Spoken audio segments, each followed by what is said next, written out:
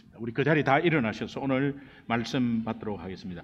예, 로마서 14장 1절에서 4절 말씀입니다.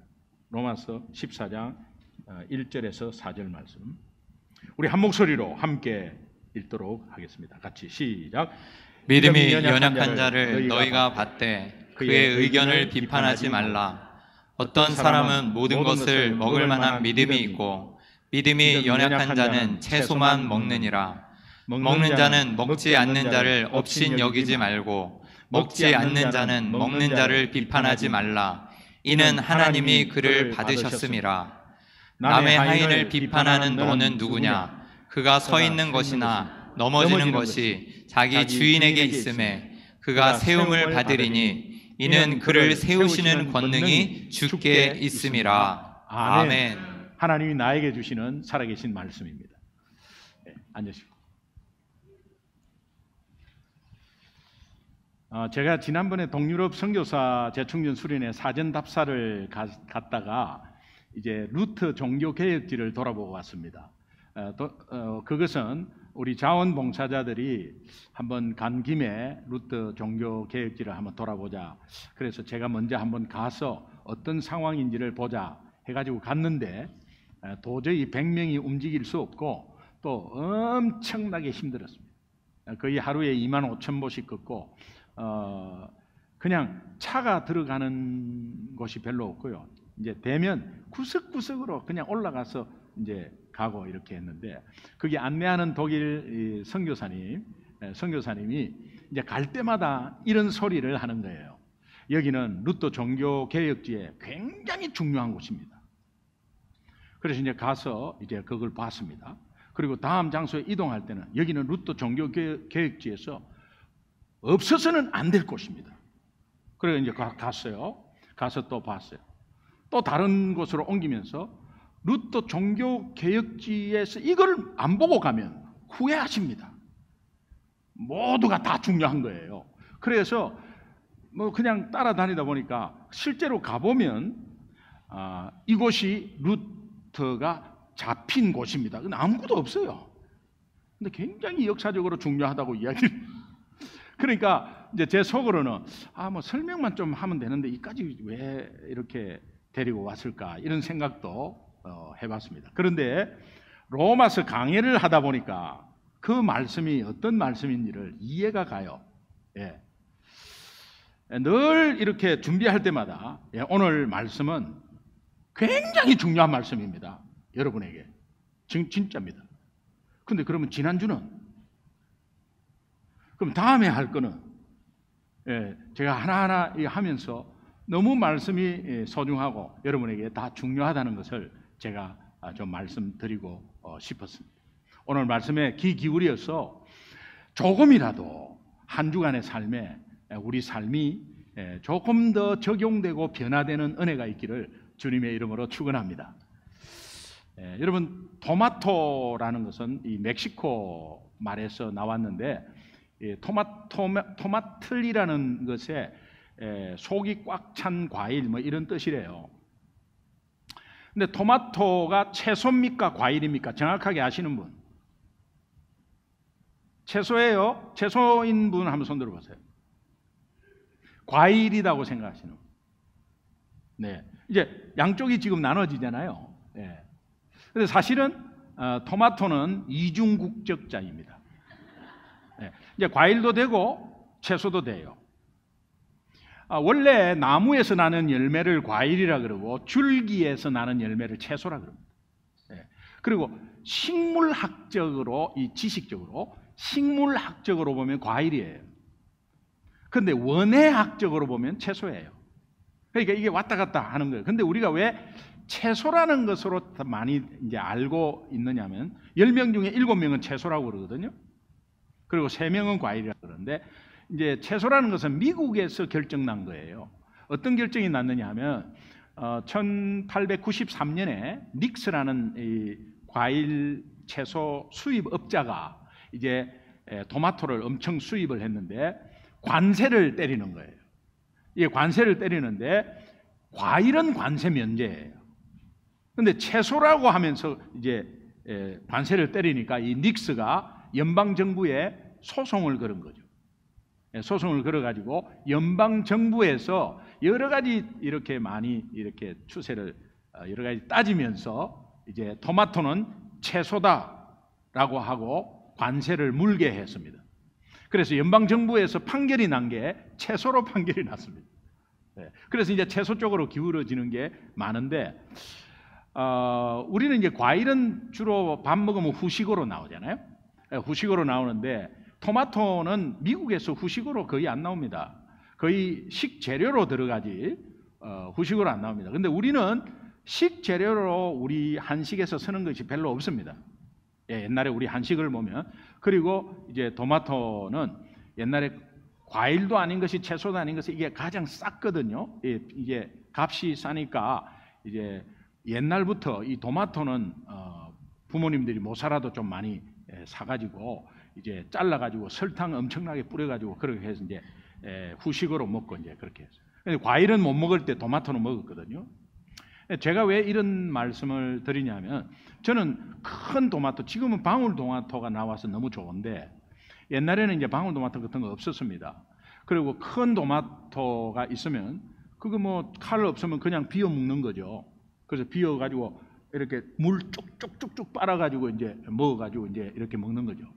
근데 저는 큰 토마토를 이렇게 통째로 그냥 못 먹습니다 지금. 그리고 먹지 않습니다. 그렇게 먹지 않습니다.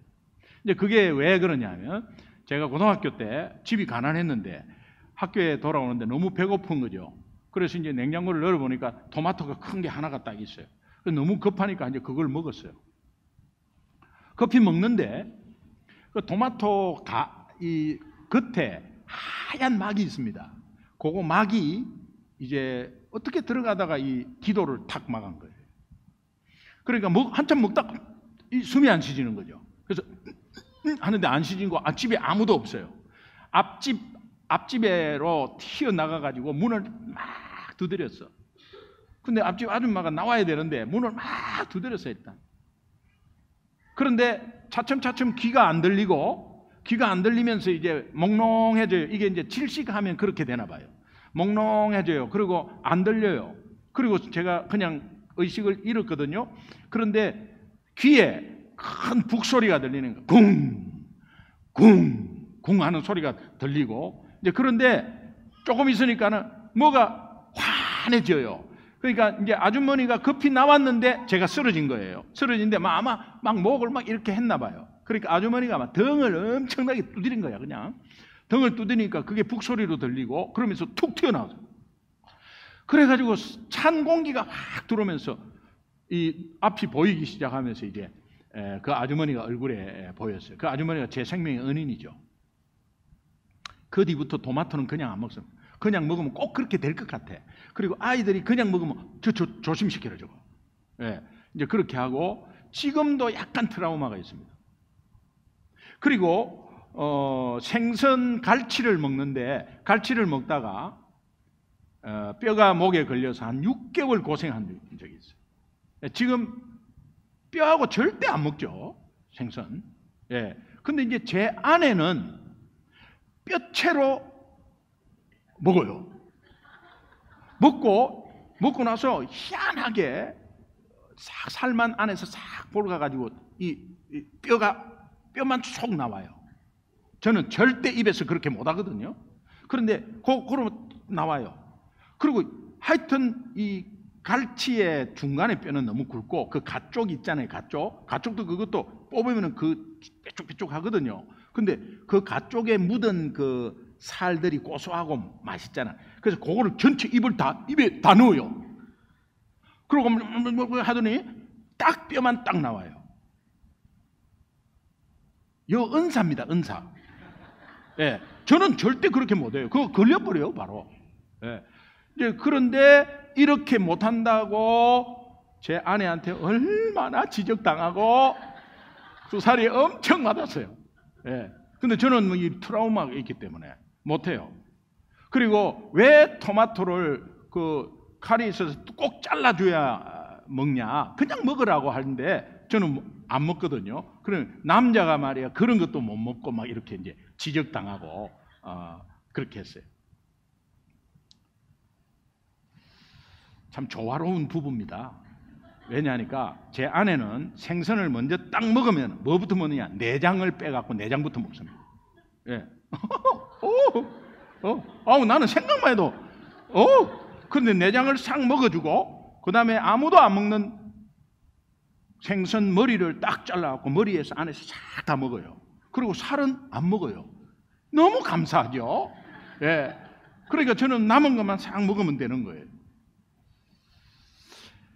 제가 왜 이런 이야기를 하느냐? 각자의 배경이 있고 또 각자의 자라온 과정들이 있고 해서 다 다르죠. 예, 다 다르죠. 그러나 뭐 편식을 하는 사람도 있고요. 또 가리지 않고 다 먹는 사람도 있고요. 제 아내가 한국에서 면허 따는 건 장롱 면허였어요. 기적적으로 면허를 땄는데 하여튼 그거 하나도 안 썼어요.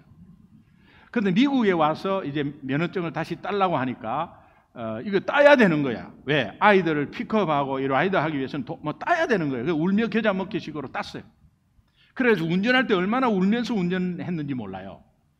얼마나 못하느냐 하면 운전하다가 옆에 사람이 이야기하잖아요. 그러면 하면서 핸들이 같이 가요. 큰일 나죠. 그리고 빨간불에 몇 번을 지나가고 뒤에 아이들이 엄마! 그리고 저 차에가 빵! 하면요. 제 아내가 저 차 왜 저러냐고 그러고 이제 이런 식으로 했어요. 그런데 우리 주일날 교회 가는데 완웨이거든요. 완웨이인데 차가 엄청나게 밀리더래. 우리 교회 집사님이. 그래가지고 도저히 뭐 예배 시간이 이게 늦어갖고 안 된다 해가지고 이 집사님이 불법으로 그냥 중앙선을 침범해서 차 안 올 때 앞으로 쫙 갔대. 그래 갔는데 보니까는 사고도 아닌데 보니까는 맨 앞에 아주 발발 기면서 운전하는 사람이 있는데 보니까 제 아내더래. 그렇죠. 제 아내 때문에 뒤로 이제 다 밀린 거죠. 그러니까 처음에는 막 화가 났는데 보니까는 초보 운전하는 거를 다 그 집사님이 알고 아이고 우리 저 사모님이었구나. 그런 일이 있었다는 거예요. 그러니까 우리가 보면은 상대방 입장에서 조금이라도 기다려 주는 것들이 없어요. 우리 장인어른이 79세에 스트로크가 왔습니다. 굉장히 건강하신 분이고 79세에 골프를 다 치고 친구들을 다 집에 다 데려다 주고 우리 장인어른이 집으로 올 때 갑자기 운전하는데 왼손이 툭 떨어지더래요. 그 왼손이 툭 떨어진 거예요. 툭 떨어졌는데 그 떨어진 것에서 왼쪽으로 이제 스트로크가 온 거예요. 그러니까 오른쪽 다리와 이제 오른손으로 이 운전을 하고 집까지 왔어. 근데 아파트에 딱 들어오면서 내려야 되는데 내리지를 못하는 거예요. 아파트 사람이 뒤에서 빵빵거리고 10원짜리 20원짜리 하고 막 뭐 왜 차를 빨리 안 치우냐고 막 그러고 하는데 그때 주민들이 이제 차가 그대로 있으니까 계속 불은 켜져 있고 그러기 보니까는 우리 장인어른이 타고 있고 내리지를 못하는 거예요. 그래서 보니까는 이제 스트로크가 와가지고 그래서 동네 주민들이 굉장히 미안해했다고 바로 그냥 대학병원으로 옮기는 일도 같이 막 했다고 이제 그런 말을 들었습니다. 우리는 상대를 조금만 생각하고 받아들이는 것이 참 인색하고 또 굉장히 사실 현실적으로 어렵습니다. accept라는 이 단어를 보면 여러분 accept라는 단어에 여러분은 무슨 생각이 듭니까? 가장 먼저 떠오르는 생각이 뭐가 있어요? accept. 저는 이 accept에 저의 경우입니다. 요한복음 1장 12절이 생각이 나요. 영접하는 자, 곧 그 이름을 믿는 자. To all who accepted Jesus Christ. 영접하는 자, 곧 그 이름을 믿는 자는 하나님의 자녀된 권세를 주셨으니 예수님을 영접했는데 하나님은 영접하는 데에 자녀된 권세를 주었다. 다시 말하면 내가 영접했다는 의미는 하나님이 나를 받아주셨다는 의미예요. 여기서 이제 권세를 주었다는 이 권세 누차 말씀드리지만 엑수시아라는 원어가 남을 살릴 능력 이런 뜻입니다. 자, 나는 단지 예수 믿었는데 하나님이 나에게 남을 살릴 능력을 주셨다는 거예요. 나는 아무것도 모르고 아직까지 성경도 모르고 단지 예수를 믿는데 하나님이 나에게 남을 살릴 능력, 그것은 가까운 가족, 지인, 지체 다 그 능력을 주셨다는 거예요. 이 능력이 오늘 본문과 연관을 하면 복음으로 그들을 수용하고 용납할 수 있는 능력을 말해요. 여러분의 힘이 아니에요. 용납, 용서는 절대 여러분의 힘은 하나도 없어요. 이것은 믿음의 그릇을 크게 합니다. 그런데 많은 성도들이 이 믿음의 그릇이 커지는 것에 스스로가 방해자가 됩니다. 예를 들면 내가 처음에는 은혜로 막 즐거움으로 자원하는 마음으로 열심히 뭔가를 했어요. 열심히 하고 있는데 시간이 지나면서 옆에 사람을 보니까 내 하는 일에 별 관심이 없어요. 그리고 동조도 하지 않아. 그리고 나를 돕지 않아. 그러면 그 사람을 비판합니다. 그리고 판단합니다. 비판, 판단은 내가 죄 짓는 건데, 그러니까 내가 은혜로 열심히 해놓고 내가 내 구멍을 파서 내가 들어가는 거예요. 그러니까 스스로 그 일에 대해서 방해자는 다른 사람이 아니라 내 스스로가 돼버리는 거예요. 그래서 나는 저 사람 때문에 못 나온다, 나는 저 사람 때문에 교회 다니기 싫다, 이런 거는 다 본인 신앙에서 다 금간 거예요. 결국은 저 사람 때문이 아니고 본인 때문에 본인이 그렇게 되어서 결국은 나중에 주님이 언제 오실지 모를 때 확 왔을 때 준비가 안 돼 있는 상태. 그런데 너무 감사하게 하나님은 우리의 이런 연약한 모습을 다 아시고 오늘 본문 말씀을 주신 거예요. 그래서 오늘 본문이 너무너무 중요한 거예요. 오늘 말씀을 이해를 하려면 이 본문의 배경을 생각하지 않을 수 없습니다. 당시 로마 교회는 유대인 크리스찬과 이방인 크리스찬 두 그룹이 섞여 있었습니다. 이 유대계 크리스찬은 율법을 중심으로 어릴 적부터 유대교의 배경에서 자라난 사람들이기 때문에 예수님을 믿고 나서도 자신들이 익숙해져 있는 율법에서 벗어나 있지를 못했습니다. 그들은 율법에서 정한 특정한 음식 먹지 않아야 되고 먹어야 되고, 율법에서 정한 특정한 절기, 어떤 날을 지켜야 되고, 예수 믿으면서요 지켜야 되고, 그런 것을 여전히 중요하게 생각하고 있었습니다. 그러나 반면에 이방인 성도들은 그런 거 모르죠. 이방인 성도 입장에서는 유대계 크리스찬들을 보면서 예수를 믿었는데 왜 저렇게 율법에 얽매이지 바보같이? 저렇게 율법의 행위에서 벗어나지 못하는 게 참 나 이해가 안 된다. 이렇게 지적하고 있었어요. 그런데 유대계 크리스찬의 입장에서 보면 저것들 아무것도 모르면서 예수만 믿고 저렇게 자유함을 누리는데 저건 잘못된 거다. 바울은 이런 배경을 가지고 있는 로마 교회 성도들을 향해서 본문 1절에서 단정적으로 강하게 선포합니다. 1절 우리 함께 크게 천천히 읽겠습니다. 같이 시작. 믿음이 연약한 자를 너희가 받되 그의 의견을 비판하지 말라. 여기서 주님의 음성, 믿음이 연약한 자를 억셉트하라. 믿음이 연약한 자를 억셉트하는 것은 우리의 힘이 아니다. 우리의 힘 조금도 없다. 억셉트하는 것은 하나님이 나를 받아주신 그 사랑이 흘러나가는 거다. 그래서 믿음이 연약한 자를 받아라, 이런 음성이에요. 그들의 의견에 대해서 시비거리 삼지 말고 용납하라, 이제 그런 뜻입니다. 그런 다음에 바울은 이 시비거리를 먼저 음식에 관한 문제를 다루고 있는데 2절, 3절 천천히 읽겠습니다. 같이 읽습니다. 시작. 어떤 사람은 모든 것을 먹을 만한 믿음이 있고 믿음이 연약한 자는 채소만 먹느니라. 먹는 자는 먹지 않는 자를 업신여기지 말고 먹지 않는 자는 먹는 자를 비판하지 말라. 이는 하나님이 그를 받으셨음이라. 네, 여기에서 받되 받으셨음이라 라는 이 말의 원어를 보면 프로슬람바노라는 원어인데 이게 영어로 accept예요. 영접하다예요. 그 자세히 풀어서 보면 주 안에서 모두를 수용하고 용납하다. 이제 그런 뜻입니다. 이것은 비록 저 사람이 나와는 다른 생각을 가지고 있고 또 이질적인 이상한 행동을 하고 있지만 그런 것들조차도 용납하고 수용할 수 있는 마음을 말하는 것이 이게 accept라는 의미예요. 여러분, 저는 체질적으로 에너지가 굉장히 많습니다. 그리고 외향적입니다. 아내는 약간 외향적이기는 한데 체력이 안 따라오니까요. 그러니까 저질 체력이라 그러잖아요. 저질 체력은 대부분 저혈압입니다. 혈압이. 제 아내가 최고가 90이 안 돼요. 80 뭐 그 정도밖에 안. 최고 혈압이. 그래서 80, 60 뭐 이래요. 그러니까는 끈질기게 뭔가를 못 해요. 근데 그거에 엄청 불만이 있었어요.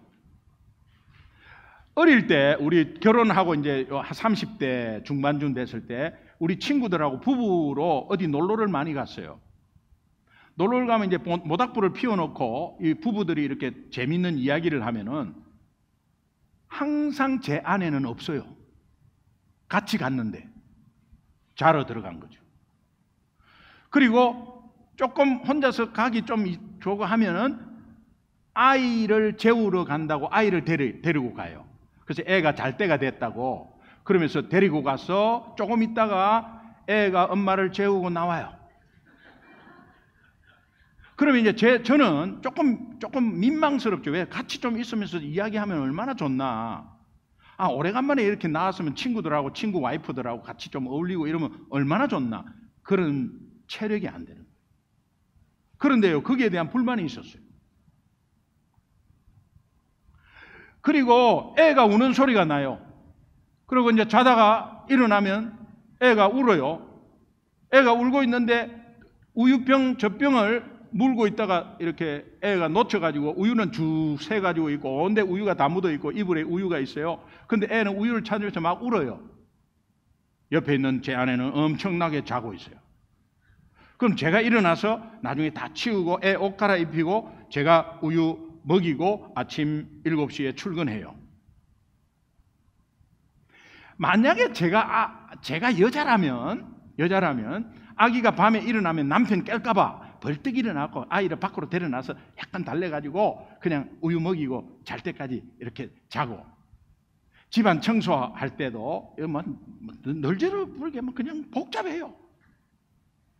그런데 내가 만약에 여자라면 그냥 집안 청소할 때도 그냥 애 등에 딱 포대기로 얹고 딱 무릎 꿇고 그냥 싹싹싹싹 그냥 무릎 꿇고 막 다니면서 구석구석 이렇게 할 텐데 식사를 하고 나면은 곧바로 설거지 하는 거는 이거는 막 그냥 찝찝해서라도 해야 되는데 그냥 쌓여놔요.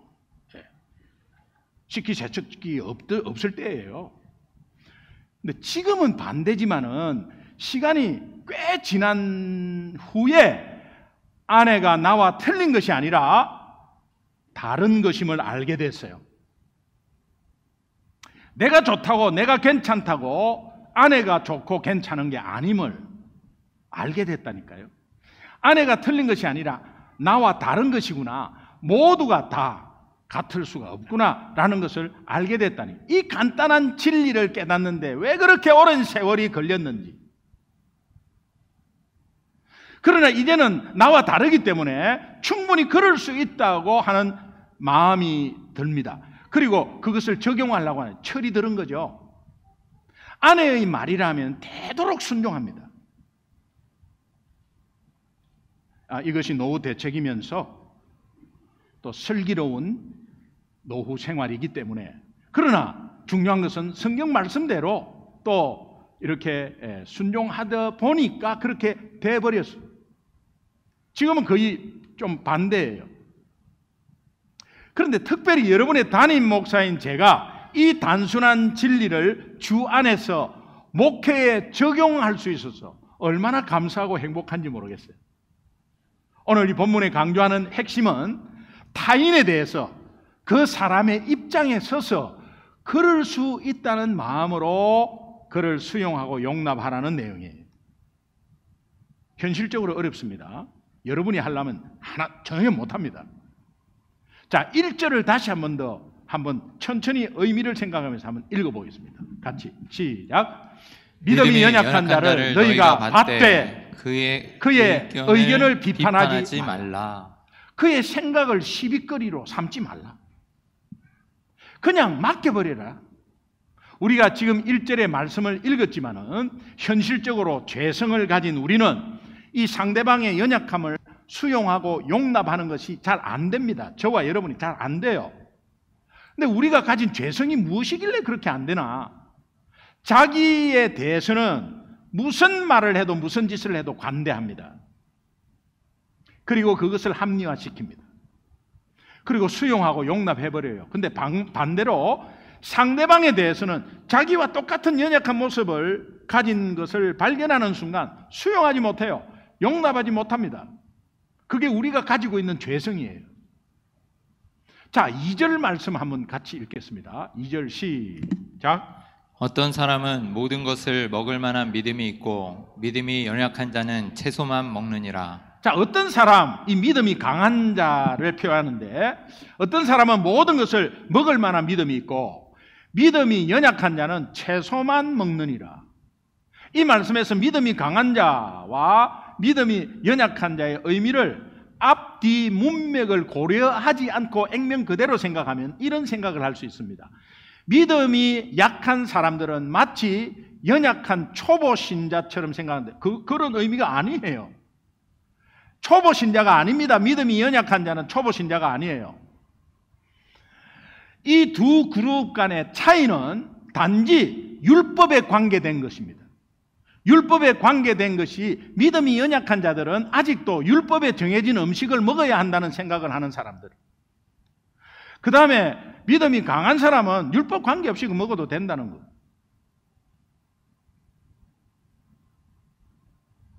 믿음이 연약한 자는 채소만 먹느니라. 이 채식주의자로 표현해버립니다. 구약의 율법에는 고기를 먹지 말라 이런 율법은 없습니다. 자, 제가 여러분에게 질문 드릴게요. 스스로 한번 대답해 보세요. 자, 여러분이 그냥 등산을 갔습니다. 등산을 갔는데 절이 있어요. 아주 절이 굉장히 좋아. 그래서 절 한번 들어가 본 거죠. 예, 들어가 봤는데 그 절에서 절밥을 해주세요. 절밥이 얼마나 맛있는지 여러분 모르실 거예요. 절밥을 했는데 거기에서 그냥 다 절밥을 먹고 가라고. 그래갖고 안 그래도 시장했습니다. 그 절밥을 먹으려고 하는데 와이프는 먹고 가자고. 남편은 야야 그런 거 먹지 말라고. 이렇게 둘이가 이제 그렇게 됐습니다. 어느 사람이 잘못되고 어느 사람이 맞는 거죠? 자, 여러분은 절밥을 먹을 기회가 있다. 절밥 먹겠습니까? 안 먹겠습니까? 먹는다 하면 손 들어보세요. 안 먹는다. 네, 안 먹는 사람 있습니다. 그 먹는 사람 안 먹는 사람 나눠집니다. 자, 그런데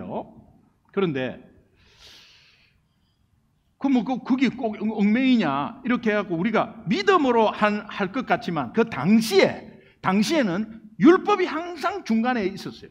그 율법과 관련된 거예요.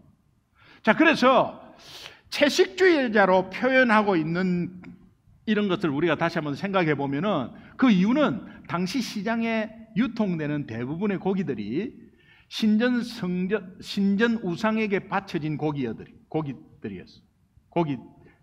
그러니까 그 바쳐졌던 고기들이 시중에 나와서 다 팔리는 거예요.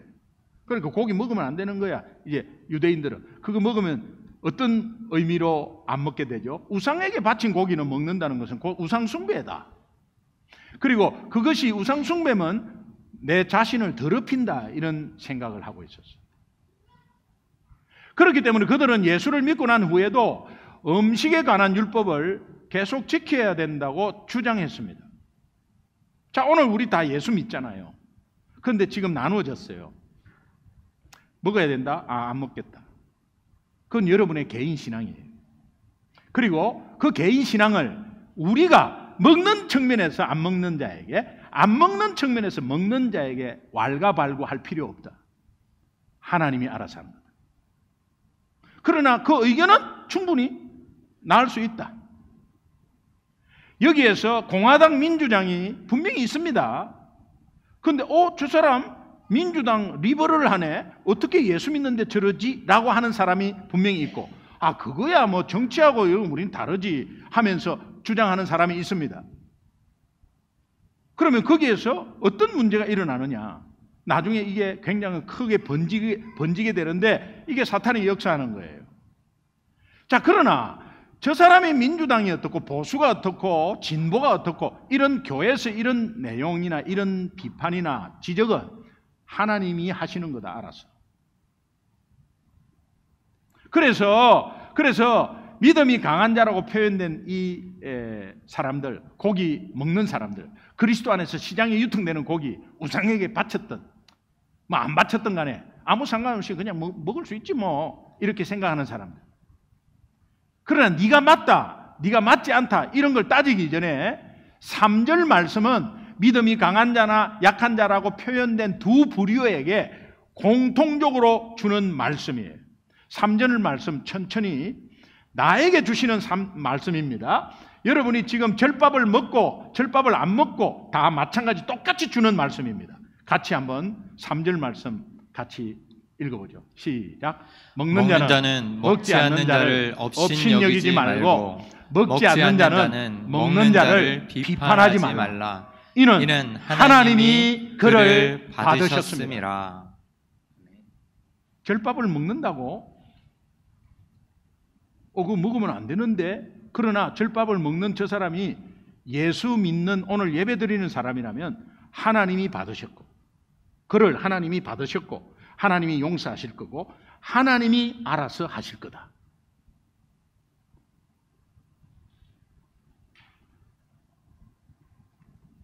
절밥 먹으면 어때? 근데 뭘 그걸 굳이 뭐 안 먹겠다고 그래? 라고 하는 사람도 절밥을 먹든 안 먹든 그건 네가 소관할 문제가 아니야. 하나님이 알아서 하는 거야. 그렇다면 이 3절 말씀 업신여기지 말고 비판하지 말라라는 이 하나님의 음성에 순종하려면 어떻게 할까? 두 가지. 첫 번째, 하나님이 그를 받으셨다는 것을 인정하는 겁니다. 어쨌든 간에 하나님이 저 사람을 받으셨다. 로마서 14장 3절 말미에 이는 하나님이 그를 받으셨다. 하나님이 받으셨다는데, 하나님이 그를 괜찮다고 하시는데 너희들이 뭔 지적을 하고 있어?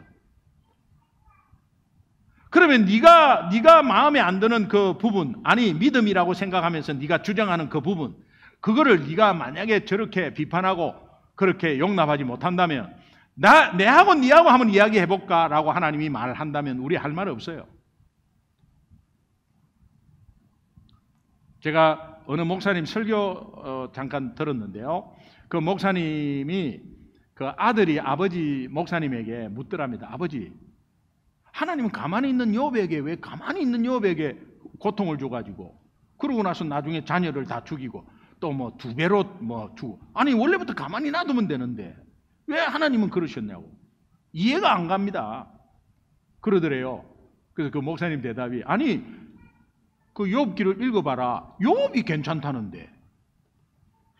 괜찮다는데 네가 왜 불만이냐?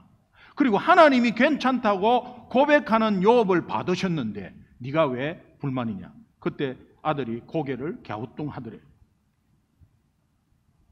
업신여기지 말고 비판하지 말라는 이 3절에 순종하려면 두 가지. 두 번째, 판단과 권능이 오직 하나님께 있음을 인식하는 겁니다. 여러분의 영역이 아니에요. 저 사람 뭐 어떻게 줬지? 저 사람 어떻게 줬지? 이렇게 영역이 아니에요. 만약에 예수 외에 다른 구원이 있다 이러면 여러분의 믿음으로 딱 강하게 대처할 수 있어요. 오늘 본문 4절에 보면 남의 하인을 비판하는 너는 누구냐? 그가 서 있는 것이나 넘어지는 것이 자기 주인에게 있다. 그가 분명히 주인이 세움을 주고 세움을 받는데 지금은 이 사람이 미숙하고 네 보기에 미숙하다. 네 보기에 네 믿음으로 보면 믿음이 떨어져 있다고 생각할지 모르지만 내가 다 생각하고 세워나가고 있다. 네 주권이 아니고 네가 판단할 능력이 아니고 네가 거기에 지적할 그런 상황이 아니야. 이는 그를 세우시는 권능이 나에게 있어. 하나님의 종이 서는 것이나 넘어지는 것이나 다 종의 주인에게 있다. 예수 그리스도께 있는데 예수 그리스도의 종을 판단하고 비판하는 너는 누구냐?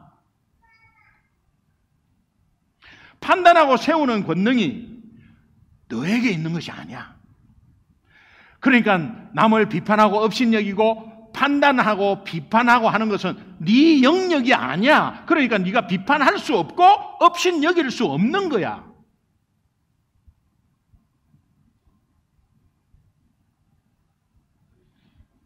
내가 하나님의 종이라면 저 연약한 사람도 하나님의 종이죠.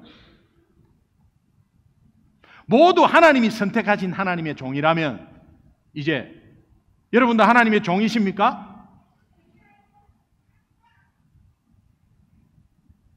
하나님의 종이신 분만 아멘 해보세요. 그러면 여러분 서로가 하나님의 종은 주인인 하나님이 알아서 하세요. 그리고 하나님께 그냥 기도하시면 돼요.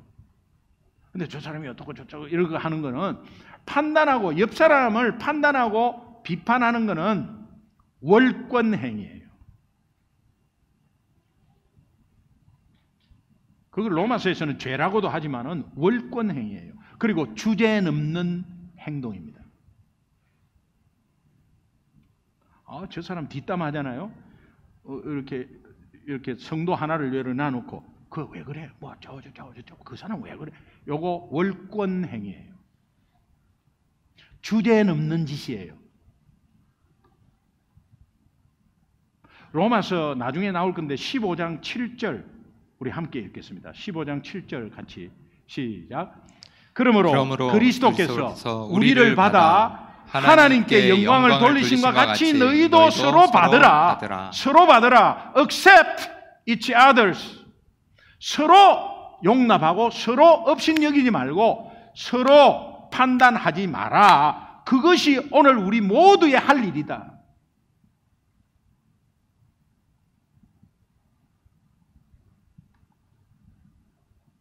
누가 그 사람을 판단하고 비판하며 업신여길 수 있는가? 하나님이 그 사람의 연약함을 받아주셨는데 저 사람 도대체 한다고 해놓고 왜 안 해? 그러나 우리가 그 사람을 판단하고 비판할 수 없어. 왜? 하나님이 그를 받아주셨다고요. 하나님이 지금도 세워가고 있다고. 내 소관이 아니에요. 근데 우리는 자꾸 지적하고 판단하고 그렇게 하잖아요. 누가 남의 종을 비판할 수 있느냐? 그의 종은 주인이 세우시는데 그 세우시는 권능이 예수 그리스도 하나님께 있는 것인데 여러분 이 음성 들으시기 바라요. 그러므로 우리가 서로 용납하고 수용하면 하나님께 영광을 돌리는 것이다. 이 말씀에 순종하는 여러분 되시기를 주님의 이름으로 축원합니다. 아멘. 옆 사람하고 우리 한 번만 인사합시다. 이제 우리 수용하고 용납합시다. 이제 우리 수용하고 용납합시다. 또 그 속에 그래도 그렇지 이렇게 하지 마세요.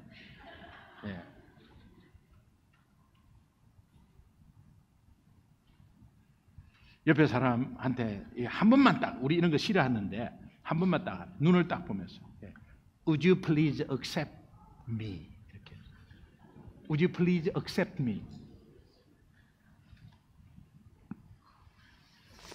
저와 여러분의 공통점은 하나님이 우리의 아버지십니다. 믿으십니까?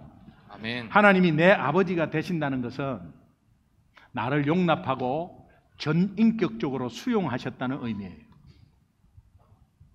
이 사랑을 받은 저와 여러분은 이제부터 이웃을 용납하고 수용하는 것은 당연한 거예요. 여러분의 힘이 아닙니다. 여러분의 힘으로는 못합니다. 아버지로부터 받은 사랑을 흘러내보내는 것입니다. 이것을 계속 인식하셔야 되고요.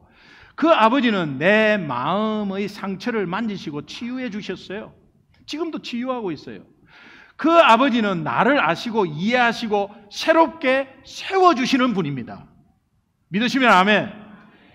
여러분, 이 마지막 찬양을 우리가 부를 때 거기에 진실한 여러분의 고백이 되기를 간절히 소망합니다. 우리 그 자리 다 일어나셔서 마지막 찬양할 때 하나님, 이것이 내 고백입니다 라는 찬양으로 아바 아버지 찬양하도록 하겠습니다.